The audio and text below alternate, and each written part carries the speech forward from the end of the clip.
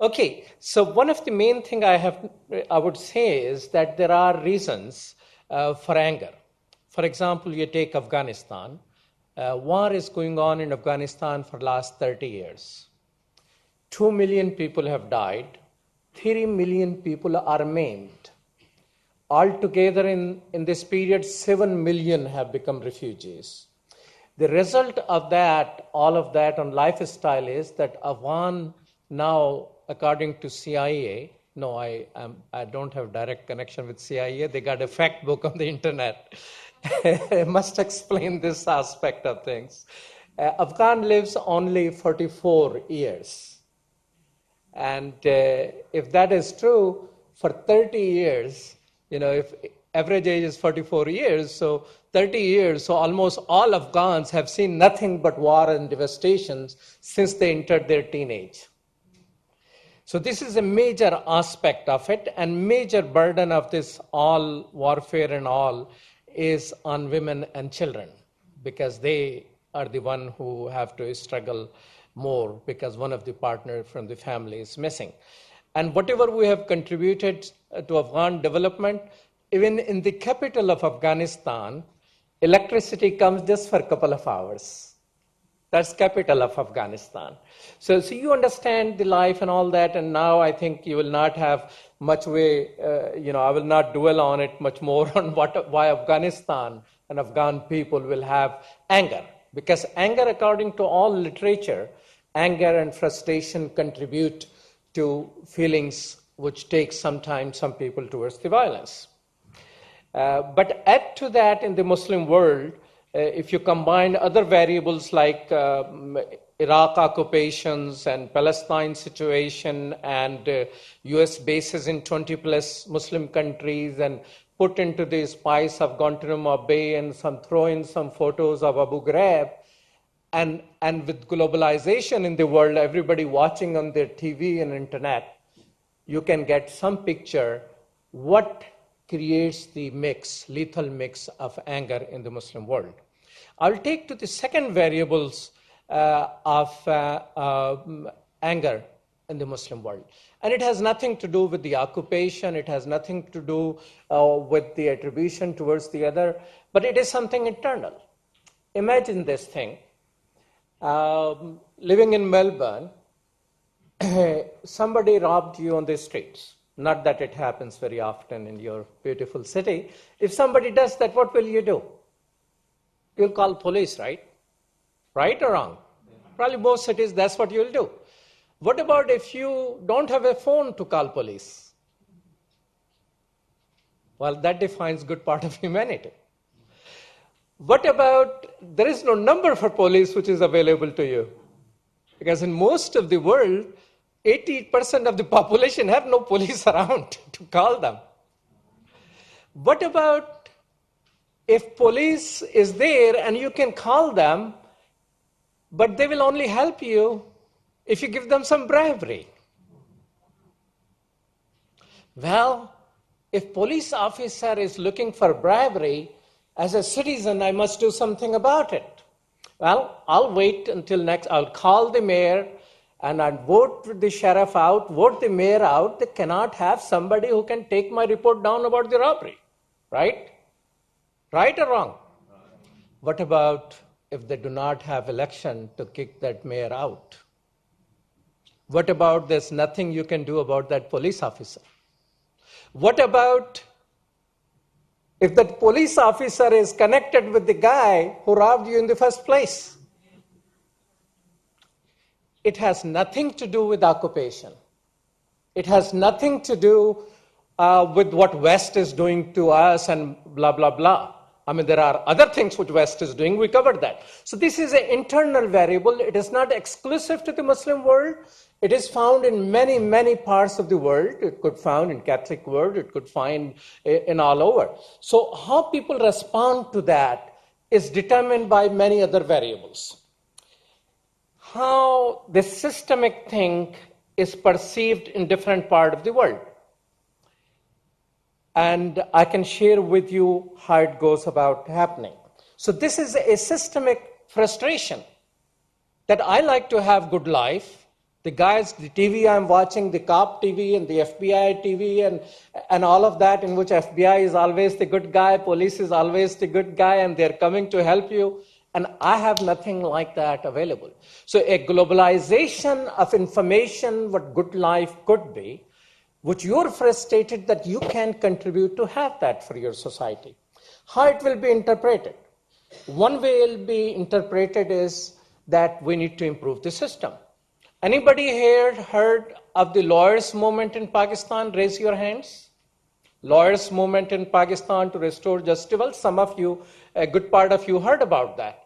And I was talking to a civil rights attorney in New York. He said, I'm ashamed of the US lawyers. And I said, why in the world is she ashamed? He said, look at these Pakistanis. When they do mess up with our judicial system, they're walking all the way in Pakistan and, doing hunger strikes and whatnot for a year and a half until they restore their judicial system. And I cannot do it right here in the US because of certain violation of civil rights rules in America. She was very proud of Pakistani lawyers. So one phenomena is the civil society reaction.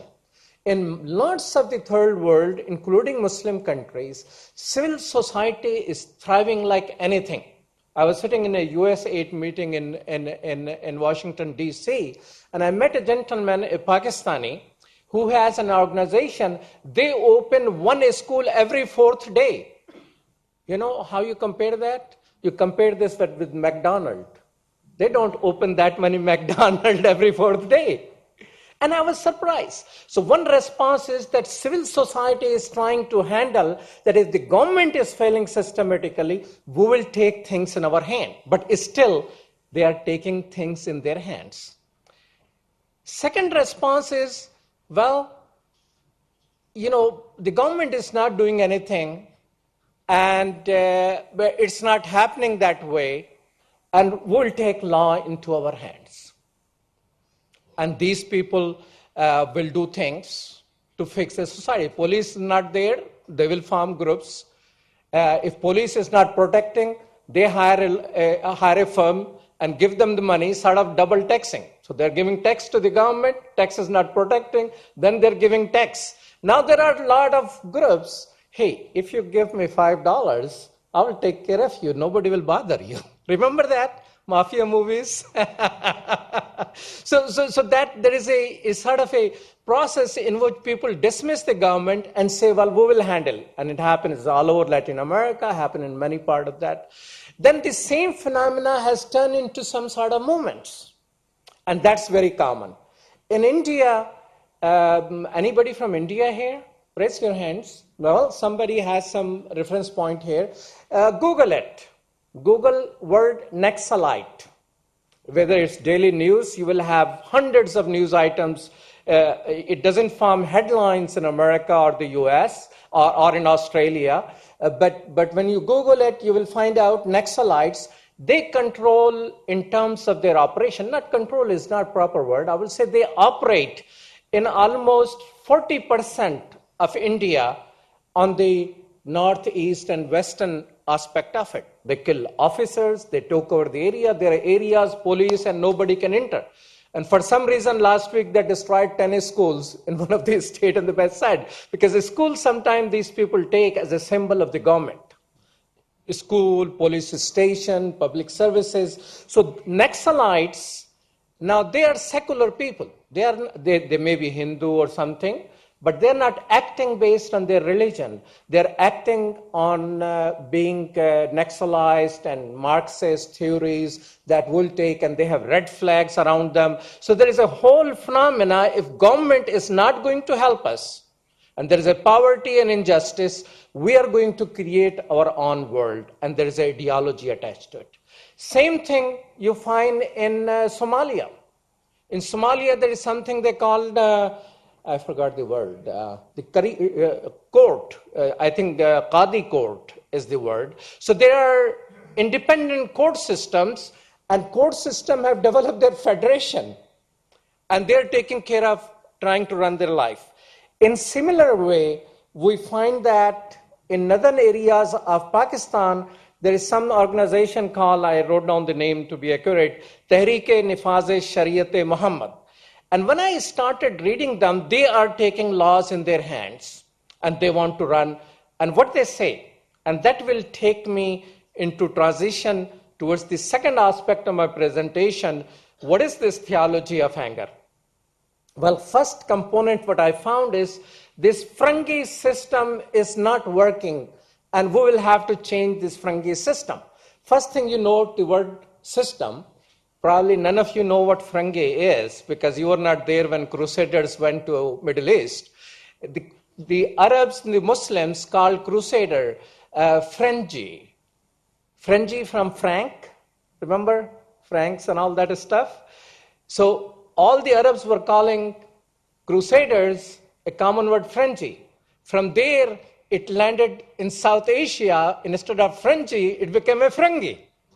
So sitting there in northern areas or Pakistan, they're saying this Frangi system is not working. So you say how we get the blame. Human being has historical and current memories and they can mix in any way you like. You press espresso, you say long button, now you want cappuccino. They can mix their own cocktail right there. So I found these phrases right there. So they're saying the system British gave us, it's not giving us justice. We need a justice. And for that, they're looking towards their ideological root, or Islam, and saying, if Saudi Arabia can have low level of crime, why I cannot have the low crime rate right there? And they say the system which is denying them is a Frangi system, which is not ours. So this is their logic. But they have gone above that, and then they say, if this is the democracy, we don't want it. Democracy is directly connected in their eyes with the availability of justice. And then they go say, who are these people running my country?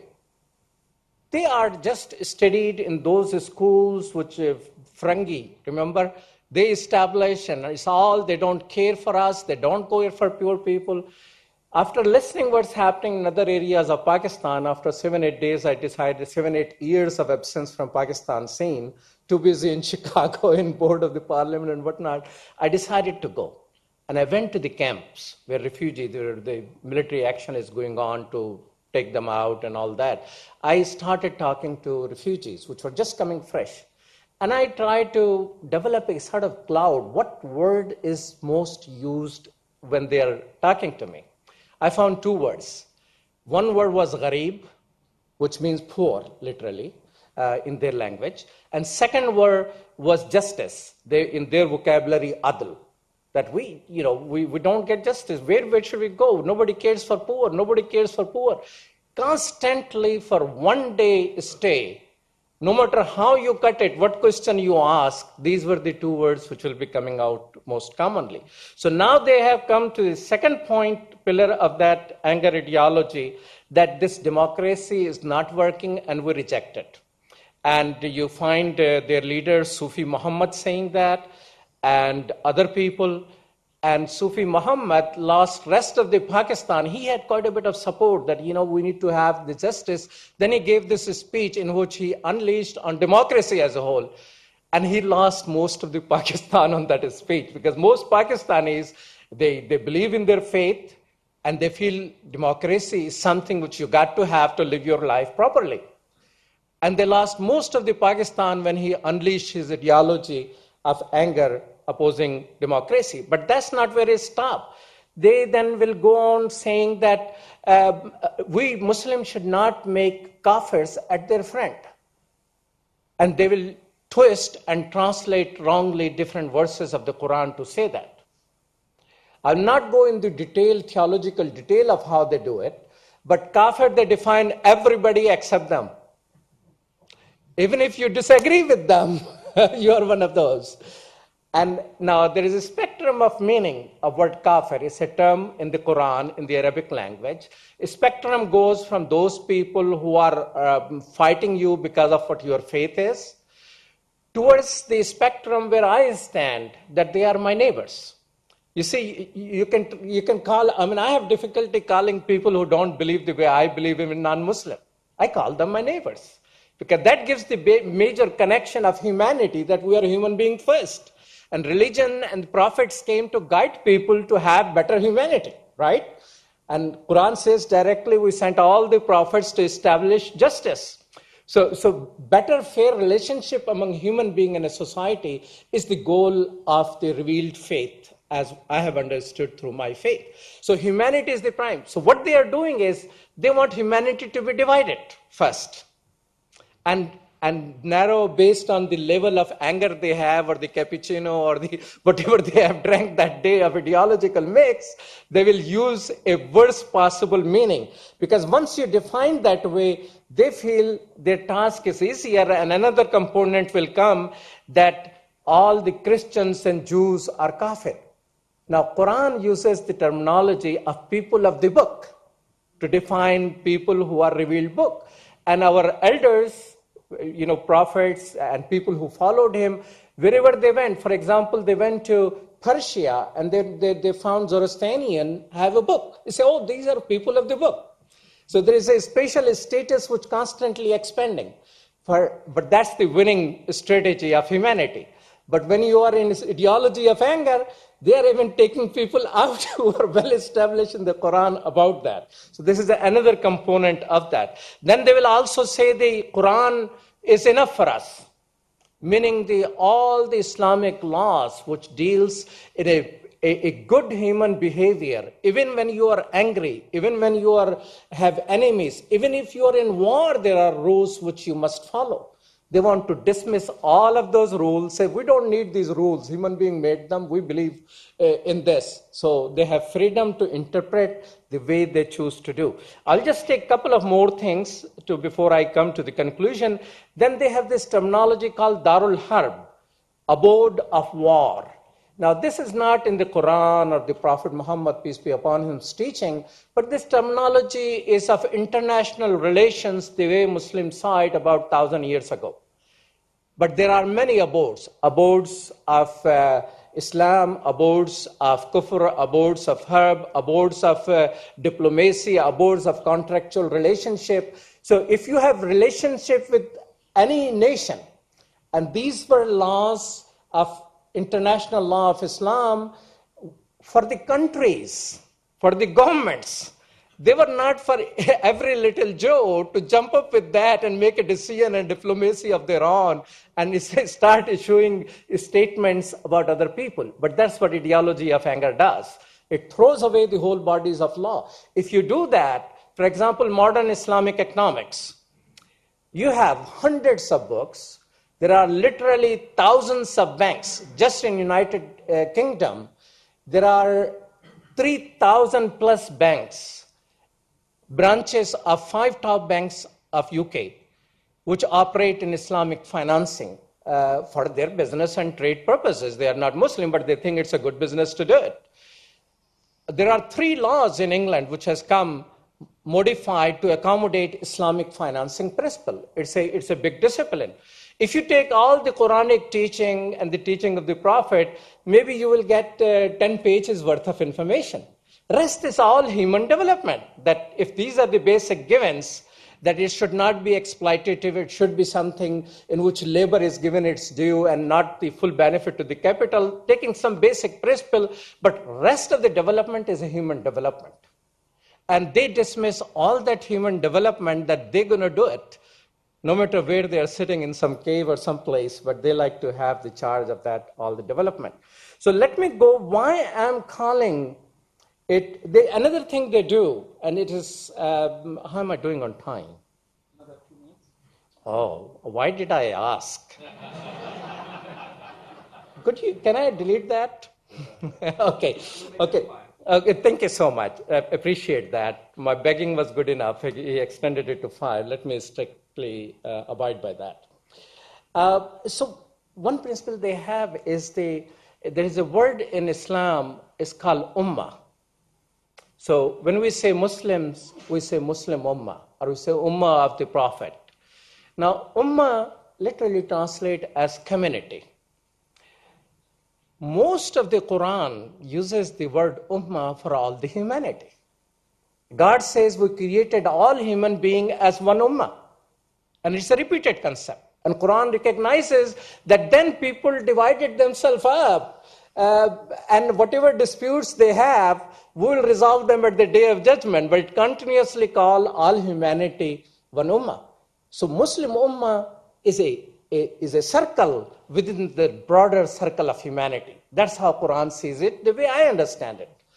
But they rather have that circle of our own, which I am a proud member as well, to be the only circle, and rest of the humanity is dismissed very easily. This is another element of that theology of anger they have. If you're interested in this topic, I'll share more with you on that. Why am I calling it a street theology? Maybe I shouldn't do that. But while I was writing, maybe I was a bit angry. Maybe I'll calm down and we'll come up with a little more sophisticated way of describing it. But I have some logical reasoning for it, because it's not a product of any traditional Islamic knowledge. Islam has whole methodology of understanding the Quran. We call it usul al-tafsir. We have whole methodology of understanding Prophet's life. We call it usul al-hadith.